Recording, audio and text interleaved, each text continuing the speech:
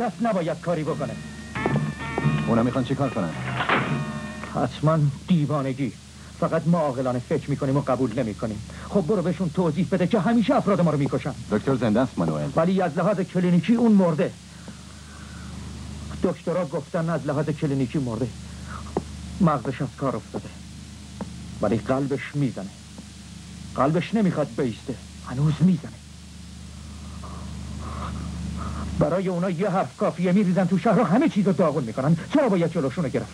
من از خودم میپرسم آیا ما هنوز اراده لازم رو برای مبارزه داریم؟ اون این اراده رو داشت و برای همینم بود که کشتنش، ولی به ما کاری نداره. بیا بریم. بیا من فقط اینا رو پیدا کردم. روزنامه‌های صبح.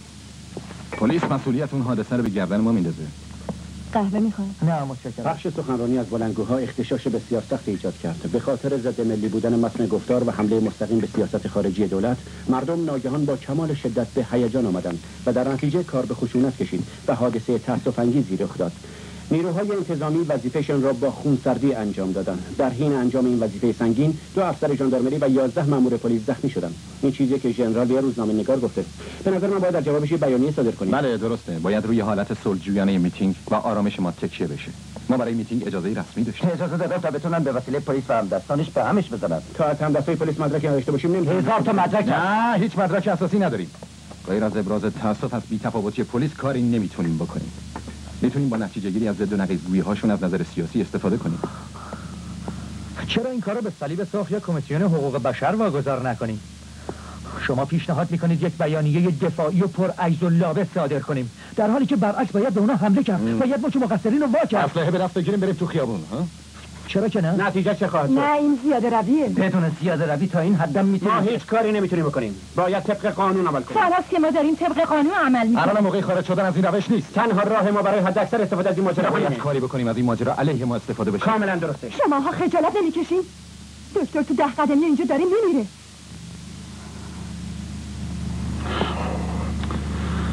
ما هیچ مدرک قاطعی علیه اونا نداریم. چرا؟ مدرک تهدید به مرگ رو که دیروز شد داریم. دکتر خودش گفت که اون جدی نیست. بله دیروز جدی نبود. امروز چی؟ ها؟ اون یارو که خبر داد امروز نمیتونه حرف بزنه برای روزنامه ها توضیح بده؟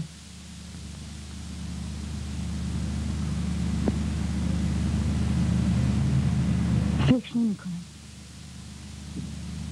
اون موقع هم از انتقام گرفتن پلیس وحشت داشت. الان خیلی بیشتر میترسه. باید سعی کرد. میدونی کجا میشه دیدش؟ پیش از ظهر نه. به علاوه باید احتیاط کرد. تمام کارهای ما رو زیر نظر دارن. بله خود پلیسان. بله دیگه اونا از ما مواظبت میکنن، ما هم میتونیم مثل دکتر خیالمون راحت باشه.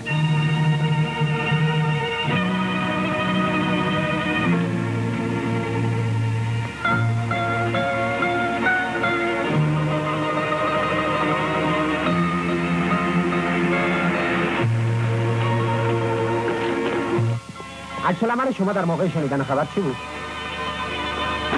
حقیقت داره که رئیس جمهور آمریکا تلگرام براتون فرستاده؟ متن تلگرام چی بود؟ به نظر شما قتل بود یا تصادف؟ شما زوج خوشبختی بودین؟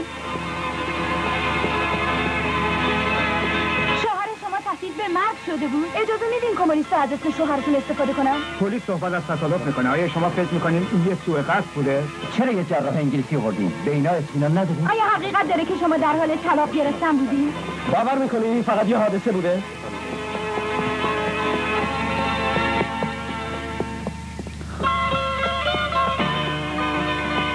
برای بار سوم عملش میکنم.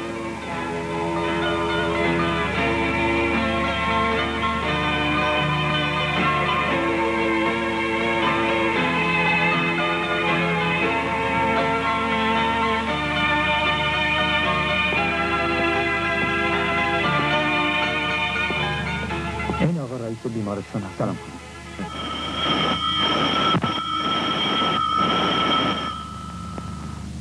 من رئیس بیمارستانم. شوهرتون دچار یه حادثه شده.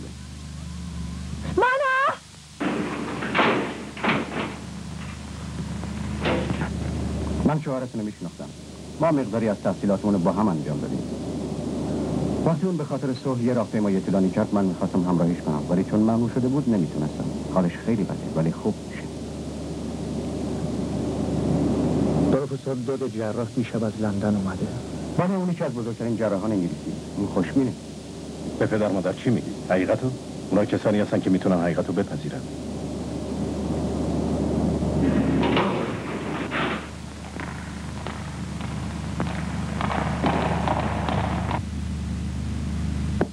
شکستگی ناشی از افتادن قسمت بالای جمجمه را از بین برده. در این که مغز به طور کلی صدمه خورده هیچ بحثی نیست. یک ضربه با شدت غیر عادی اینجا در قسمت میانی مغز یک انفجار واقعی ایجاد کرده، یک نوع زلزله مغزی. فعلا غیر ممکنه بتونیم اثرات جسمانی و روانی این ضربه شدید رو ارزشیابی کنیم، حتی اگر عمل موفقیت آمیز باشه. سومین عمل جراحی هم اکنون شروع میشه. تنها دلگرمی ما مقاومت قلب این بیمار در حال مرگه. در موقع ورودش به بیمارستان ما قلبش رو ماساژ دادیم و آمپول آدرنالین تزریق کردیم. قلب بیمار دارای مقاومت عجیبیه، ضربان درست و کاملا مرتبه.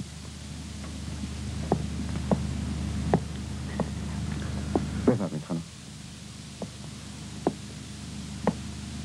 جنرال میسو، فرمانده ژاندارمری. خانم، این حادثه احمقانه باعث تأسف همه ماست. ایشون رئیس پلیس. خانم ما ماجرا رو تشکیل کردیم. یه ولگرد مسته. ایشون آقای دادستان. خیلی متاسفم خانم. آقای بازپرس.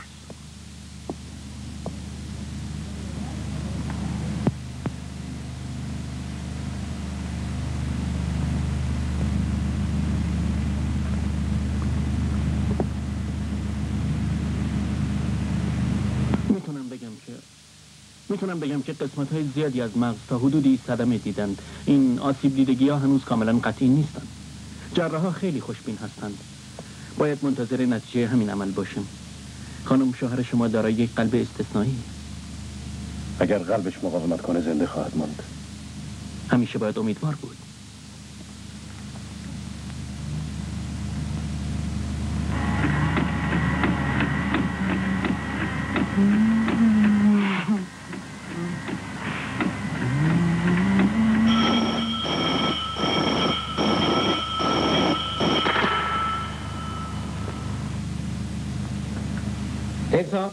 جناب وزیر از پایتخت میخوام با شما صحبت کنم.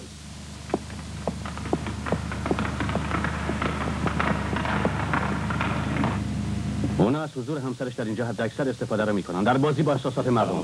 سلام. پرونده ها.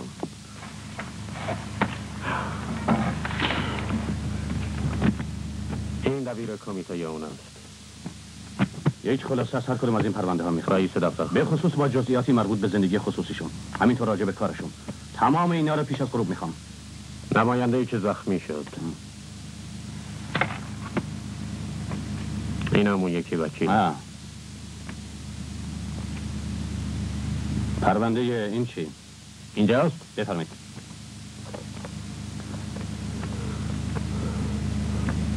این با زنهای دیگه رابطه داره؟ نمیدونم ولی حتما داره. باید به حسن شهرتش لط میزد. رابطش با زنش چطوره ها؟ زنش تحت نظره؟ بله، مثل بقیه تیمسار. در مورد اون در بین این آشپز شماست، نمیخوام بشناسمش. بقیه چی؟ امروز صبح همشون دور هم جمع شدن. بعد رفتن فرودگاه که زن اون رو بیارن. خب بعد از اونم جدا شدن. تعدادی از اون زن رو بردن به بیمارستان. ولی این یکی تعقیبش کردن، رفت به چند تا روزنامه بیانیه داد. فکر میکنم یه نسخه‌شو داشته باشیم. بعدش رفت دانشگاه که با دانشجویان صحبت کنه. قربان چی دانشجویان؟ با مامورمون در دانشگاه تماس بگیر. اینو دیگه نباید ول کنید. یک آدم افراطیه، میخواد از موقعیت استفاده کنه. بی شرم و حیا.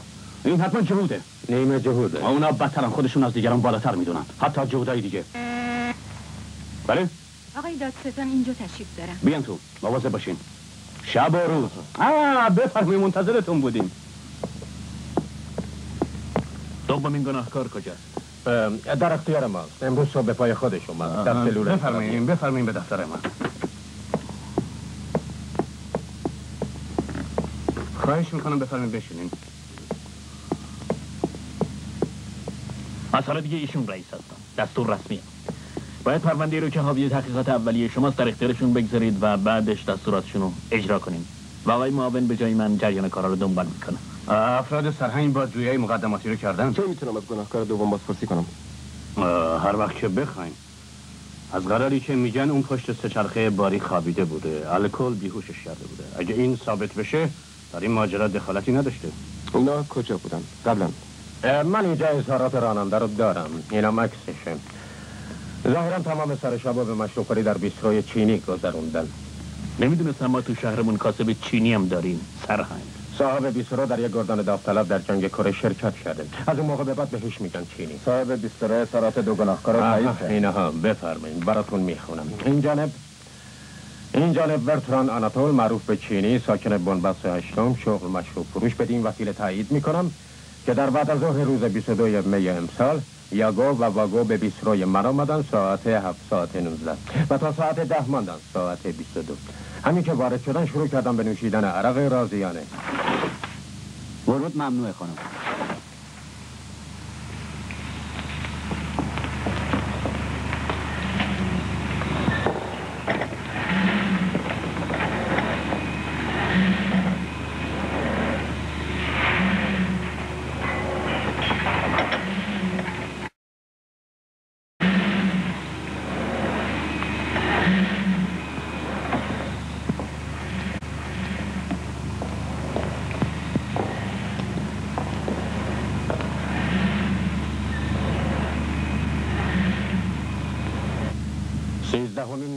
یک کارگر بندر.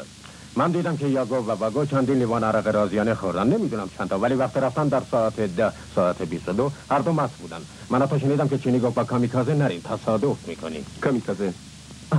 بله، سه چرخه باری، یه موتور ساخت ژاپنه. گناهکار با اون مثل دیوونه ها ما درست تو ناف خاور دور هستیم. به نظر من ماجرا روشن شده. با وجود اینکه اطلاعات کافی درباره گذشته گناهکاران نداریم، در این که این واقعی یک حادثه بوده شکی. بله واقعی وزیر و داستان کل آقای کلاس که تلفنی با من صحبت کردن، میل دارن کار زود تمام بشه تا جلوی اظهار نظرهای سیاسی که باعث آبروریزی کشور در خارج میشن گرفته بشه. من شخصا عقیده دارم داستانی باید همین امروز یک اطلاعیه درباره جزئیات این حادثه صادر و در اون ذکر بکنه. گناهکاران در حال حاضر در زندان هستند و به خاطر رانندگی در حال مستی و ایراد ضرب و جرح غیرعمدی تحت تعقیب هستند و به جرم فرار. بله. باید راننده‌ای هم که مصدوم برده بیمارستان پیدا بشه. بله. گوشه خدمتتون. با شما کار دارن آقای دادستان. بله.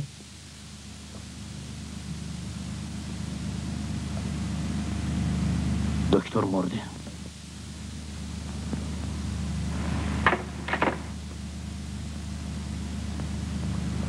این تغییر زیادی در متن اطلاعیه اداره دادستانی نمیده آقای دادستان. فقط در اعلامیه به جای ضرب و جرح باید نوشت قتل غیر عمد.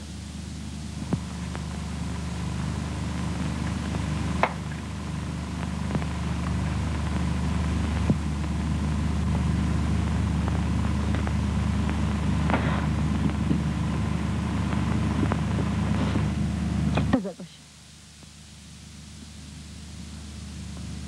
پایین منتظرتون هستم.